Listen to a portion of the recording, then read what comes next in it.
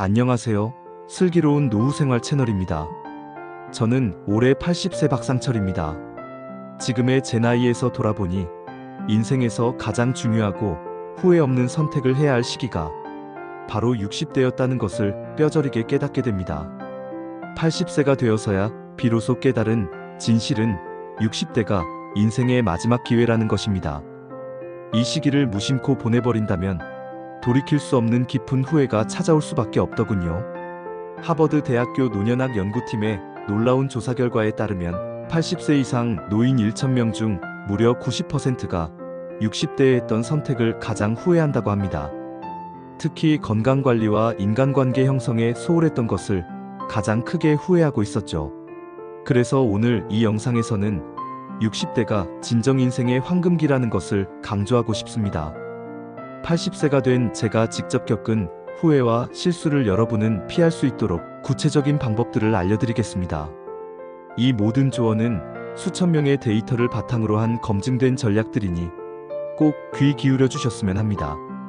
오늘 영상은 여러분의 건강, 재정, 관계, 그리고 행복에 대한 확실한 지침을 제공할 것입니다. 그럼 제가 60대로 돌아간다면 절대 놓치지 않을 5가지 후회와 그 해결책에 대해 이야기해 보겠습니다. 첫 번째, 후회 건강관리 소홀. 지금 저는 뼈와 관절이 시큰거려 아침에 침대에서 일어나는 것조차 버겁습니다. 젊었을 때는 상상도 못했던 일이죠. 60대 중반까지만 해도 등산과 골프를 즐겨 했지만 이제는 그 모든 것이 그저 꿈같은 이야기가 되어버렸습니다. 운동관리 60대의 나는 아직 괜찮아라고 생각했던 것이 저의 가장 큰 실수였습니다.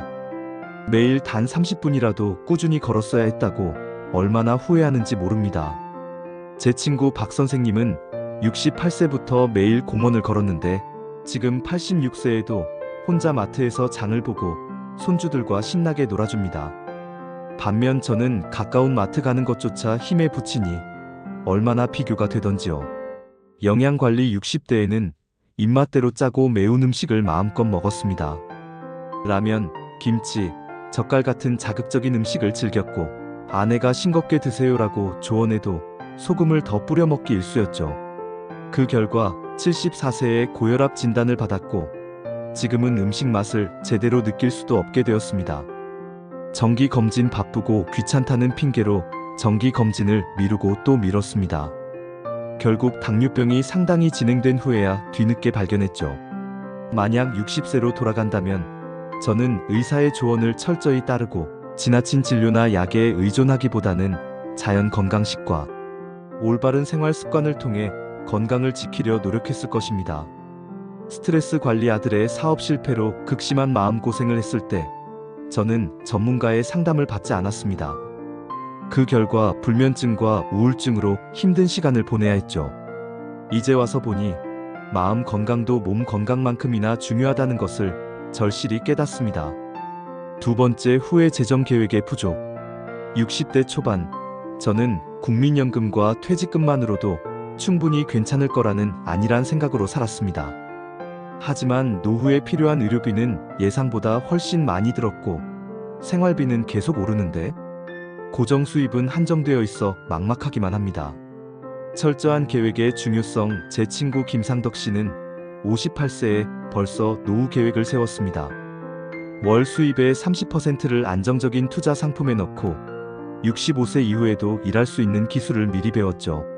지금 82세인 그는 경제적 걱정 없이 손주들에게 용돈도 주고 해외여행도 다니지만 저는 약값과 병원비를 걱정하며 자녀들에게 부담을 주고 있습니다. 얼마나 부러운 삶인가요?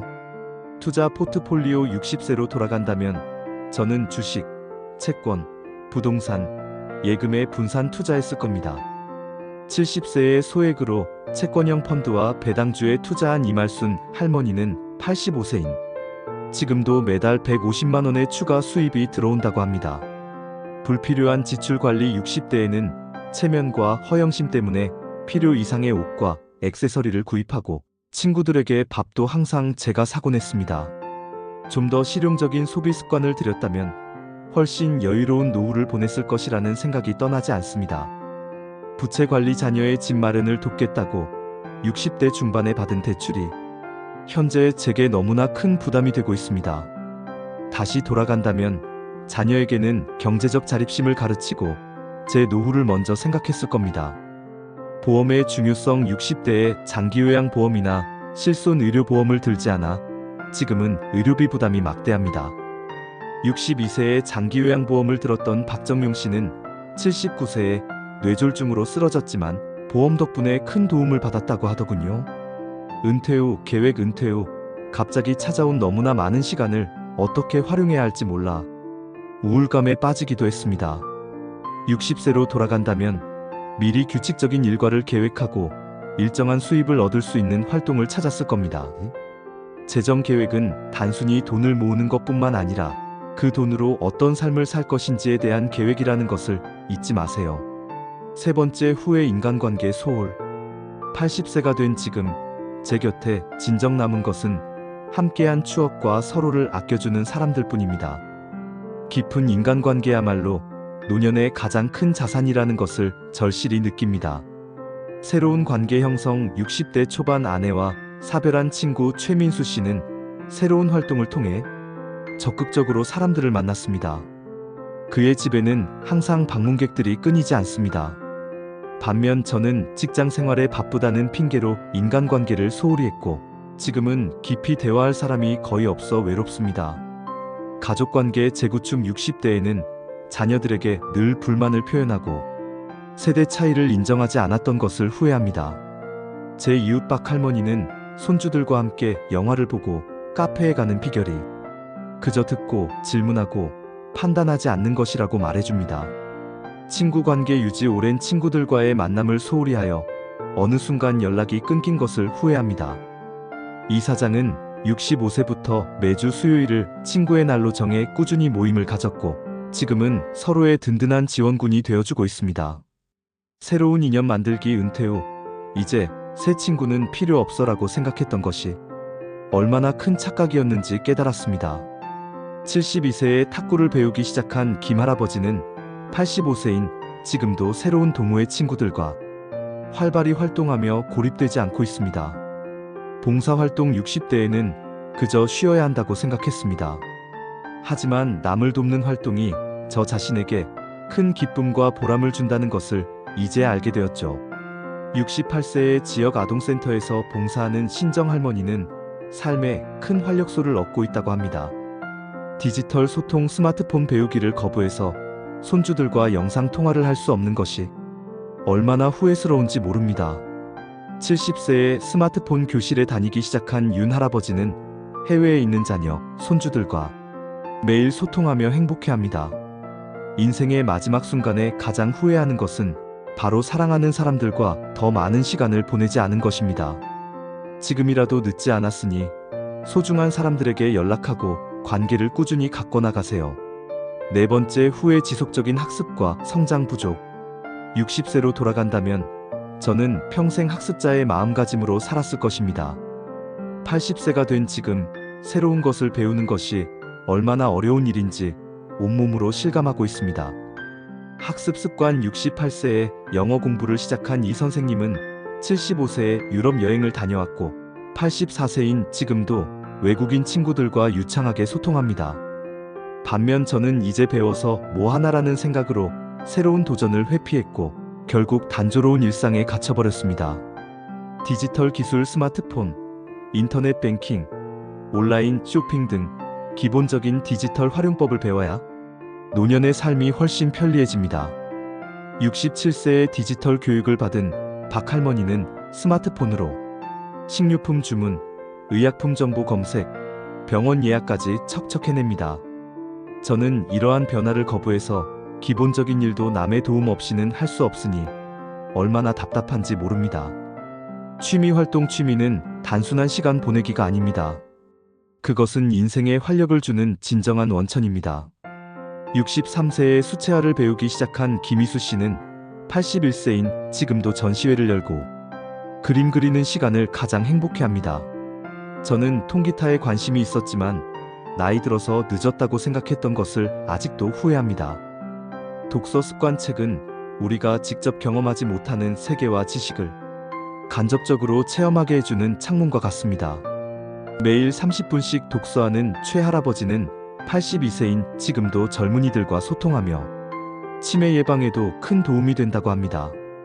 저는 눈이 침침하다는 핑계로 독서를 멀리했고 결국 텔레비전 시청이 유일한 즐거움이 되어버렸습니다. 온라인 강의 활용 여러분, 유튜브나 다양한 교육 플랫폼에서 무료로 양질의 강의를 들을 수 있다는 것을 아십니까? 70세에 태블릿을 구입하여 역사, 철학, 과학 강의를 듣는 정할아버지는 배움에는 은퇴가 없음을 몸소 실천하고 있습니다. 멘토링 및 재능 나눔 여러분이 평생 쌓아온 경험과 지식은 누군가에게 소중한 자산이 될 수 있습니다. 68세의 지역 청소년 센터에서 멘토링 활동을 하는 윤 선생은 젊은이들을 가르치면서 자신이 더 많이 배우고 성장한다고 말합니다. 이제 늦었다는 생각이 가장 큰 장애물입니다. 작은 것 하나라도 배워보는 것이 내일의 자신에게 큰 선물이 될 것입니다. 기억하세요. 학습은 노년기 우울증과 고립감을 예방하는 최고의 약입니다. 5번째, 후의 삶의 의미 찾기 소홀. 60세로 돌아간다면 저는 더 일찍 내면의 성장과 삶의 의미에 대해 깊이 고민했을 겁니다. 80세가 되어서야 비로소 노년기의 진정한 행복은 물질적인 풍요나 외적인 성공이 아니라 내면의 평화와 만족에서 온다는 것을 깨달았습니다. 내면의 평화와 감사. 67세에 심장 수술을 받은 박 선생은 그 일을 계기로 가치관과 삶의 목적에 대해 깊이 생각하기 시작했고 매일 명상과 감사일기를 썼습니다. 지금 83세인 그는 어떤 어려움에도 평온함을 유지하며 주변에 긍정적인 에너지를 전파합니다. 저는 외적인 조건의 행복을 의존하여 환경이 변할 때마다 감정이 요동쳤던 것을 후회합니다. 인생 목표 재설정. 은퇴 후에도 삶의 명확한 방향성이 필요하다는 것을 강조하고 싶습니다. 60대에 이제 다 이루었으니 쉬자는 생각이 결국 허무함으로 이어졌음을 저는 경험했습니다. 70세에 100세까지 자립하여 살기라는 목표를 세운 김할머니는 82세인 지금도 활기차고 목표지향적인 삶을 살고 있습니다. 영적 성장. 종교적 신념의 유무와 관계없이 자신보다 더 큰 무언가와 연결감을 느끼는 것이 삶의 깊은 의미를 부여합니다. 65세부터 불교 철학을 공부한 이 할아버지는 노년기의 상실과 변화를 수용하는 데 큰 도움을 받았고 죽음에 대한 두려움도 줄어들었다고 합니다.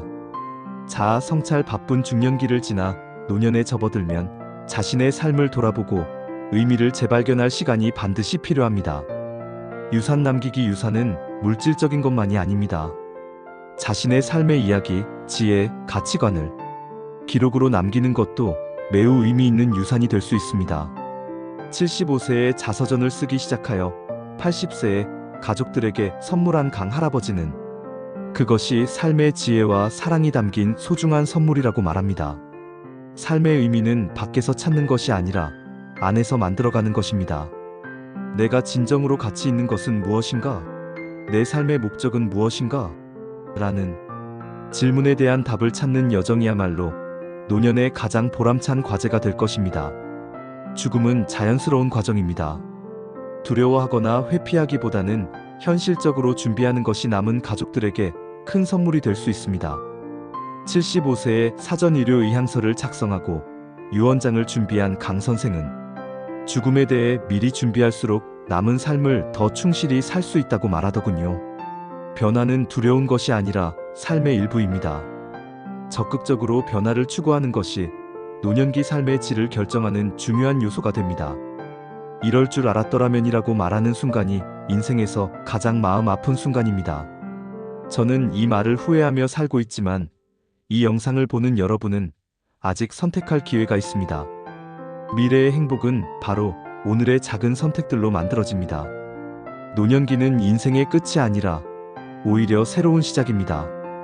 60대, 70대, 심지어 80대에도 인생은 가능성으로 가득 차 있으며 가장 중요한 것은 그 가능성을 믿고 행동하는 것입니다. 슬기로운 노후생활 채널은 앞으로도 여러분의 인생에 작은 변화를 일으킬 수 있는 이야기들을 계속해서 전해드리겠습니다. 여러분의 노년기가 가장 충만하고 행복한 시간이 되기를 진심으로 바랍니다. 기억하세요. 인생은 나이가 아니라 마음가짐에 달려 있습니다. 오늘이 여러분의 남은 인생 중 가장 젊은 날입니다. 지금 시작하세요. 미래의 여러분이 오늘의 선택에 감사할 것입니다.